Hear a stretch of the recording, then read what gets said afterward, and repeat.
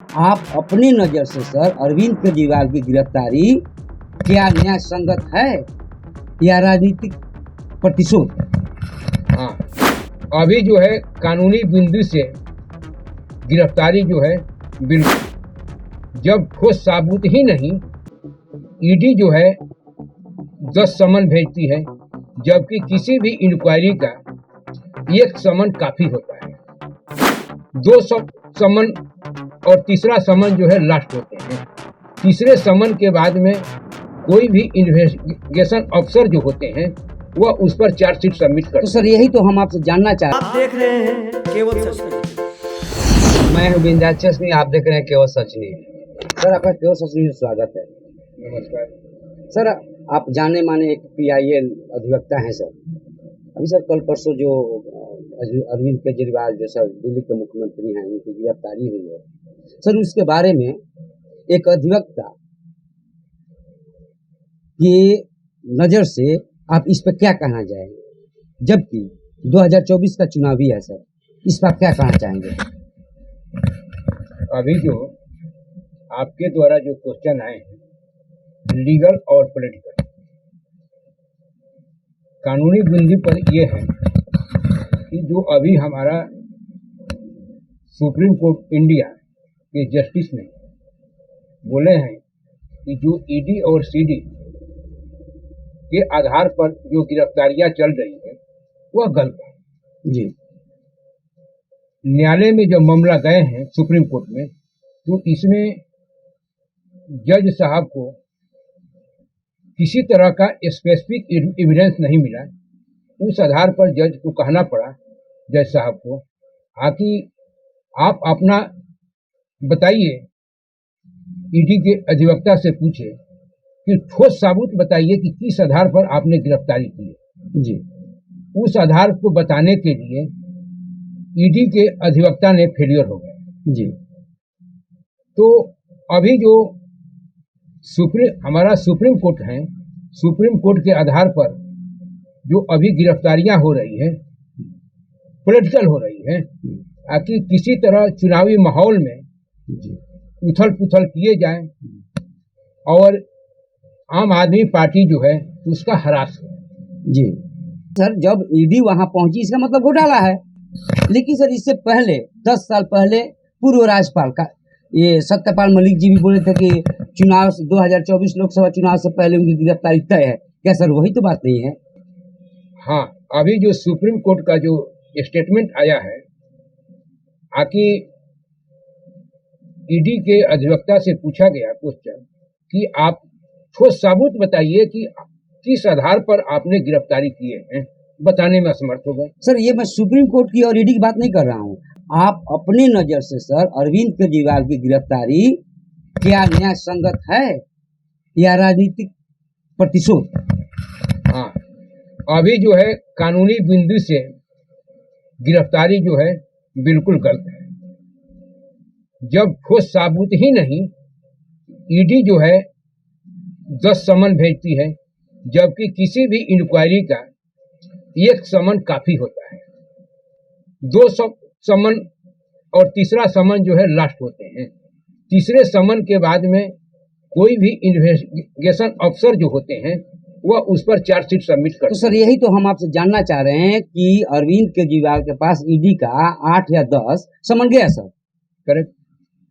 तो फिर ये घोटाला का मामला हुआ या राजनीतिक को प्रतिशोध? इसको तो लाया गया है कि घोटाला है जी। लेकिन अभी तक इंक्वायरी में घोटाला साबित नहीं हुआ जी। तो जब घोटाला साबित नहीं हुआ तो इसको पॉलिटिकल कहा जाएगा। जी। अभी चुनाव का माहौल है, अभी जो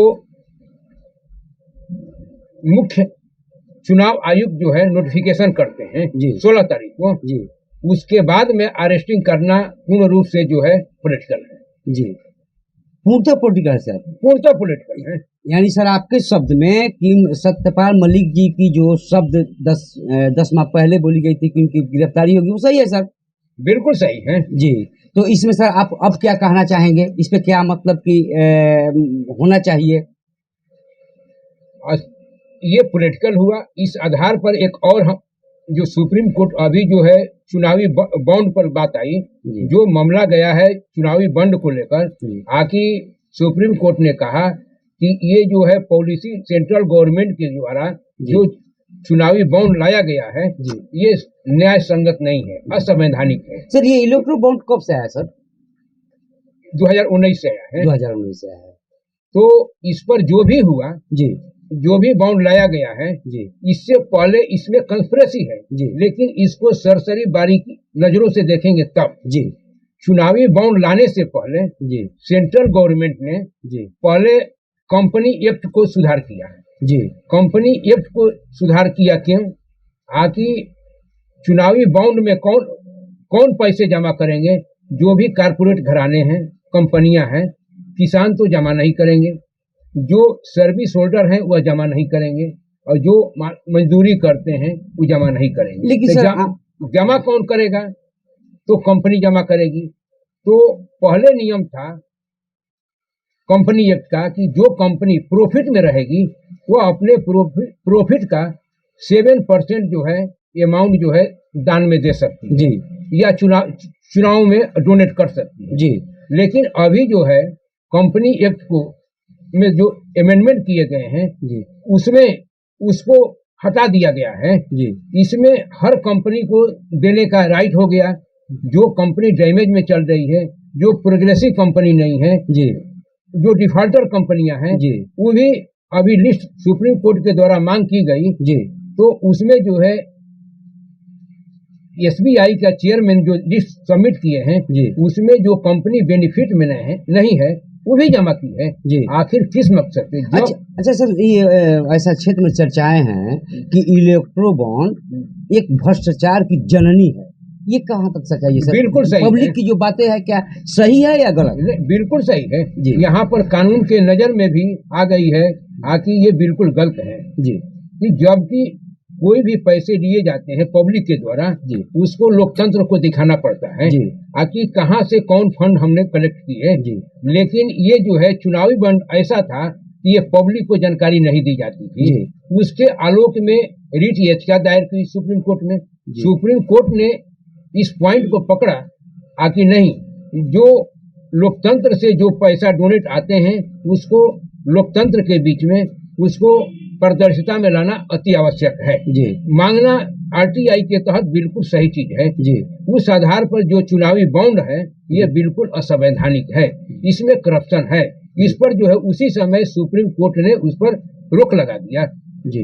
और जो है आज जो है चुनावी बॉन्ड जो है स्टे है उस पर। जी। अच्छा सर, एक बात और, ऐसी चर्चाएं हैं सर इलेक्ट्रो बॉन्ड की, जो भी कंपनी या पब्लिक जो भी सर खरीदारी करते हैं, ये है कि सर कुछ आंकड़े ऐसे लोग बात कर रहे हैं कि जिस दिन ईडी ने छापा मारा किसी भी पदाधिकारी या कंपनी के यहाँ, उसे ठीक 8वें दिन, 5वें दिन, 6ठे दिन इलेक्ट्रो बॉन्ड लोग खरीदते हैं, ये कहाँ तक सच है सर?